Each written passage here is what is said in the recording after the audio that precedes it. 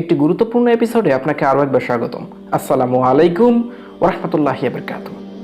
এক হিন্দু বোন ইন্ডিয়া থেকে একটি প্রশ্ন করেছিলেন যে নবীজি মুহাম্মদ সাল্লাল্লাহু আলাইহি ওয়াসাল্লাম কেন এতগুলো বিবাহ করেছিলেন? মুসলিম পুরুষরা 4টার বেশি বিবাহ করতে পারে না, তাহলে উনি কেন 11টি বিবাহ করতে গিয়েছিলেন? এই প্রশ্নটা খুবই সুন্দর আর খুবই গুরুত্বপূর্ণ একটি প্রশ্ন। আর এই বিষয়টাকেই পুঁজি করে অমুসলিমরা আমাদের প্রাণের নবীকে বিভিন্ন অশ্লীল ভাষায় গালি দেয় এবং অপমান করে। তাই সকল মুসলিম এবং অমুসলিমদের জন্য এই উত্তরটা জানা খুবই জরুরি হয়ে পড়েছে। তাই আজকের এই এপিসোডে নবীজি মুহাম্মদ সাল্লাল্লাহু আলাইহি সাল্লামের এই বিবাহগুলোর কারণ, স্ত্রীদের পরিচয়, আর বিবাহগুলো কতটুকু যৌক্তিগত ছিল, তিনি কি অত্যাধিক নারীলোভী ছিলেন, এই সমস্ত বিষয়গুলোকে কেন্দ্র করে সমস্ত বিষয়ের যৌক্তিক উত্তর এই ভিডিওর মাধ্যমে দেব ইনশাআল্লাহ।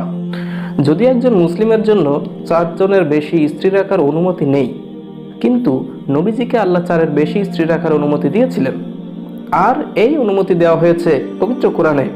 আল্লাহ পবিত্র কোরআনে বলছেন, সূরা আহজাব অধ্যায় নম্বর 33 আয়াত নম্বর 50, আমি আপনার জন্য বৈধ করেছি আপনার স্ত্রীদেরকে যাদেরকে আপনি দেনমোহর দিয়েছেন, আর কোনো ঈমানদার নারী যদি নবীর কাছে নিবেদন করে আর নবী তাকে পছন্দ করলে সে বিবাহ করতে পারে। আর এটা শুধুমাত্র আপনারই জন্য, বাকি মুমিনদের জন্য নয়।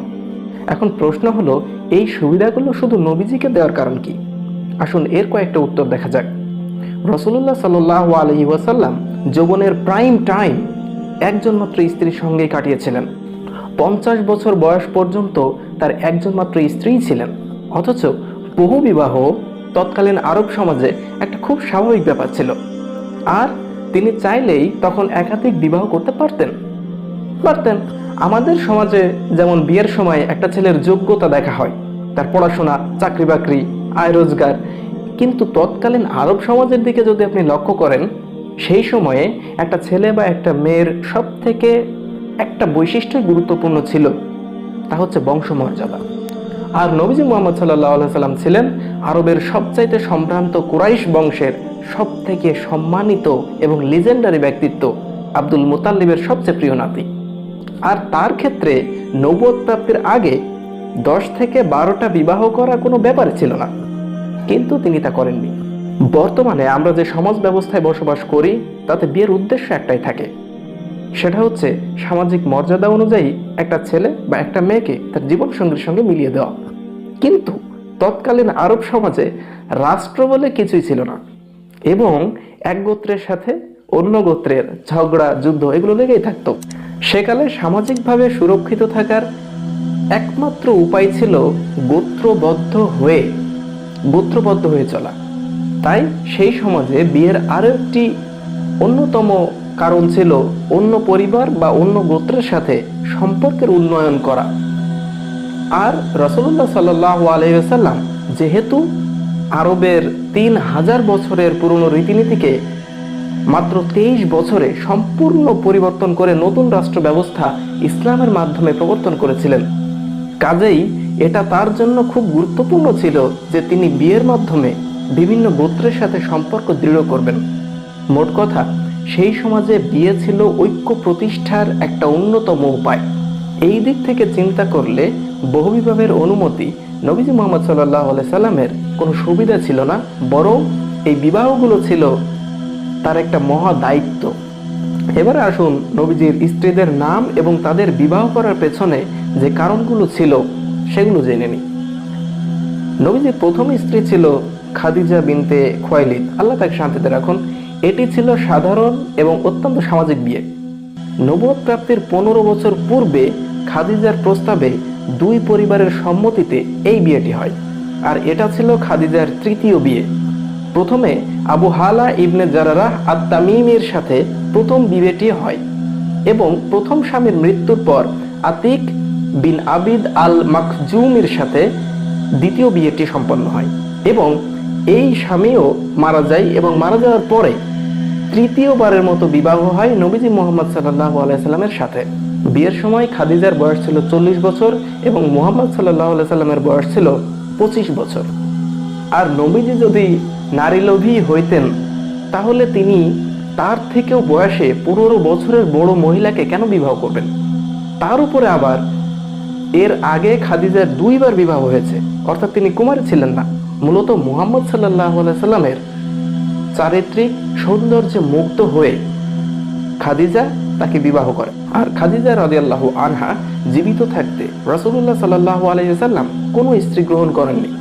খাদিজার মৃত্যুর সময় রাসূলুল্লাহর বয়স ছিল 50 বছর, আর তারা দীর্ঘ 25 বছর সংসার করেছিলেন। তার দ্বিতীয় স্ত্রী ছিল সাউদাহ বিনতে জামাআ, আল্লাহ তাকে শান্তিতে রাখুন। যদিও এটি ছিল একটি সামাজিক বিয়ে, আর নবুয়তের 10ম বছরে নবীজির খালা খাওলাহ এর পরামর্শে এই বিয়েটি সম্পন্ন হয়, আর 2 পরিবারের সম্মতিতেই। তার তৃতীয় স্ত্রী ছিল আয়েশা বিনতে আবু বকর রাদিয়াল্লাহু আনহা। এটিও সাধারণ সামাজিক বিয়ে ছিল, এবং এই বিয়ের উদ্দেশ্য ছিল বন্ধু আবু বকর রাদিয়াল্লাহু আনহু এর সাথে পারিবারিক সম্পর্ক স্থাপন করা। এছাড়াও এতে আল্লাহর পরোক্ষ নির্দেশ ছিল। আয়েশা অত্যন্ত জিনিয়াস ছিলেন। তিনি কোরআন, হাদিস, ইসলামিক আইন এবং প্রাচীন কবিতা ও বংশজ্ঞানেও এক্সপার্ট ছিলেন, এবং তিনি অন্যতম সর্বাধিক হাদিস বর্ণনাকারী। তিনি রাসূলুল্লাহর একমাত্র কুমারী স্ত্রী ছিলেন, আর বাকি সব স্ত্রীগণ ছিলেন বিধবা। এরপরে চতুর্থ স্ত্রী ছিলেন হাফসা বিনতে উমর ইবনুল খাত্তাব। বন্ধু উমর রাদিয়াল্লাহু আনহু এর সাথে পারিবারিক সম্পর্ক স্থাপন করার উদ্দেশ্য ছিল এই বিয়ের মূল উদ্দেশ্য। এটি ঘটেছিল 3য় হিজরিতে, আর এটা হাফসার দ্বিতীয় বিয়ে ছিল। তিনি এর আগে 11 বছর বয়সে একটি বিবাহ করেছিলেন, হাফসা রাদিয়াল্লাহু আনহা, এবং 5ম স্ত্রী ছিল জাইনাব বিনতে খুজাইমা। জাইনাবের দানশীলতার পুরস্কার এবং উত্তরের নাজদি অঞ্চলের সাথে সম্পর্ক স্থাপন করা ছিল এই বিয়ের প্রধান লক্ষ্য, আর এটা ছিল জাইনাবের 3য় বিয়ে। জাইনাব তার দানশীলতার জন্য বিখ্যাত ছিলেন। উহুদ যুদ্ধে তার স্বামী শহীদ হওয়ার পর এরকম মহান নারীর জন্য রাসূলুল্লাহ সাল্লাল্লাহু আলাইহি সাল্লাম ছিলেন একমাত্র যোগ্য স্বামী, আর বিয়ের 8 মাস পর তিনি ইন্তেকাল করেছিলেন। নবীজির 6ষ্ঠ স্ত্রী ছিলেন উম্মে সালামা, এবং তার অন্য একটা নাম ছিল হিন্দ বিনতে আবু উমাইয়া। আর এই বিয়ের উদ্দেশ্য ছিল উম্মে সালামার ঈমান এবং আমলের পুরস্কার। এটা ছিল তার দ্বিতীয় বিয়ে। আর তার স্বামী উহুদের যুদ্ধের আঘাতে শহীদ হন, এবং মৃত্যুর সময় তার স্বামী দোয়া করেছিলেন আল্লাহর কাছে যে তিনি যেন তার চাইতেও ভালো একজন স্বামী হিসেবে পান। আর আল্লাহ সেই দোয়া কবুল করেছিলেন নবীজি মুহাম্মদ সাল্লাল্লাহু আলাইহি ওয়াসাল্লামের মাধ্যমে, কারণ নবীজির থেকে ভালো স্বামী আর কে হতে পারে। নবীজির 7ম স্ত্রী ছিলেন জাইনাব বিনতে জাহাশ। সূরা আহজাবের 37 নম্বর আয়াতের নির্দেশ অনুযায়ী ও পালক পুত্র যে নিজের পুত্র নয়, এই ধারণা সমাজে প্রতিষ্ঠা করা ছিল এই বিয়ের প্রধান উদ্দেশ্য। আর এটা তার দ্বিতীয় বিয়ে ছিল। জাইনাব ছিলেন কুরাইশি ছিলেন, এবং তিনি ছিলেন নবীজি মুহাম্মদ সাল্লাল্লাহু আলাইহি ওয়াসাল্লামের ফুফাতো বোন। আর আরব সমাজে কাজিনদের মধ্যে বিয়ে হওয়াটা খুব স্বাভাবিক একটা ব্যাপার ছিল। আনাস রাদিয়াল্লাহু আনহু বলেন যে নবীজি যদি কোরআনের কোনো আয়াত লুকাতেন, তাহলে তিনি জাইনাবের সাথে বিবাহের আয়াতটাই লুকাতেন।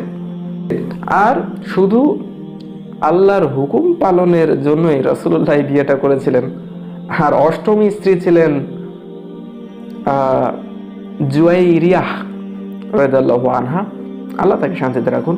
বানু আল মুস্তালিকের সাথে বন্ধুত্ব স্থাপন করা ছিল এই বিবাহের মূল উদ্দেশ্য, আর এটা ছিল জুয়াইরিয়ার দ্বিতীয় বিয়ে।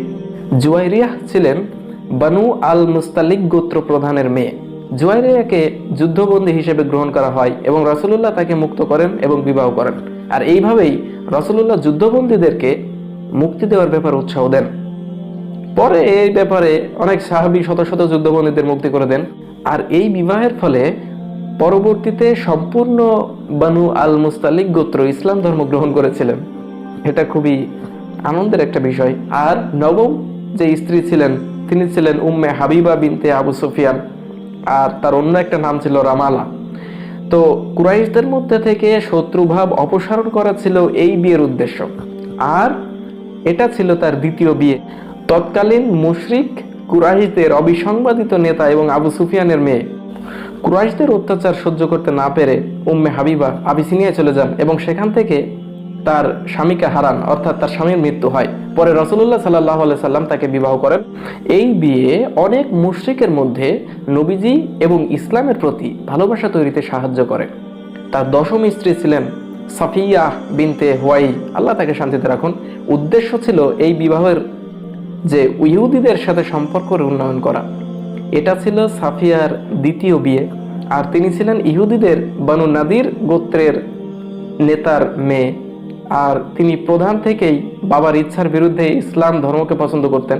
আর খন্দকের যুদ্ধে তাকে যুদ্ধবন্দী হিসেবে গ্রহণ করা হয় এবং নবীজি পরে তাকে বিয়ে করেন এবং মুক্তি দেন।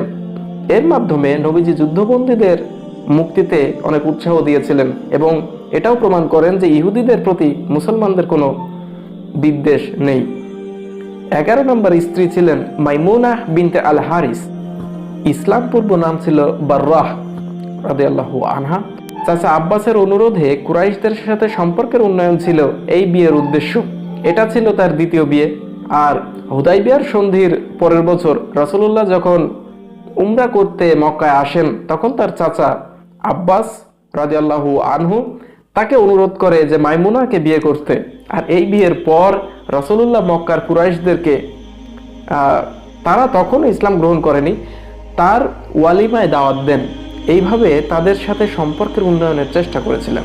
এর সমস্ত তথ্য থেকে আমরা দেখতে পাই যে নবীজি মুহাম্মদ সাল্লাল্লাহু আলাইহি সাল্লাম যে বিবাহগুলো করেছিলেন তার মধ্যে রয়েছে স্বাভাবিক সামাজিক কারণ, কোনো বন্ধুর সাথে সম্পর্ক দৃঢ়করণ, কোনো গোত্রের সাথে সম্পর্কের উন্নয়ন, অথবা যে গুণবতী নারীর স্বামী শহীদ হয়েছেন তাকে সম্মানিত করার জন্য। আর এই বিয়েগুলোর ক্ষেত্রে সেই নারীর সৌন্দর্য যদি রাসূলুল্লাহকে আকর্ষণ করে থাকে তাতে দোষের কিছু নেই, কারণ একজন পুরুষ তো তাকেই বিবাহ করবে বা করতে চাইবে যাকে তার সুন্দর লাগে। এটাই তো স্বাভাবিক বায়োলজিক্যাল ব্যাপার। তাই নবীজি মুহাম্মদ সাল্লাল্লাহু আলাইহি ওয়াসাল্লাম যতগুলো বিবাহ করেছিলেন সবগুলোর পেছনে ছিল এক একটা যৌক্তিক কারণ। তো বিদায় নেওয়ার আগে একটি কথা বলি, সেটা হচ্ছে ইসলামকে প্রচারের দায়িত্ব শুধু আমার একার নয়, প্রত্যেকটা মুমিন ব্যক্তির।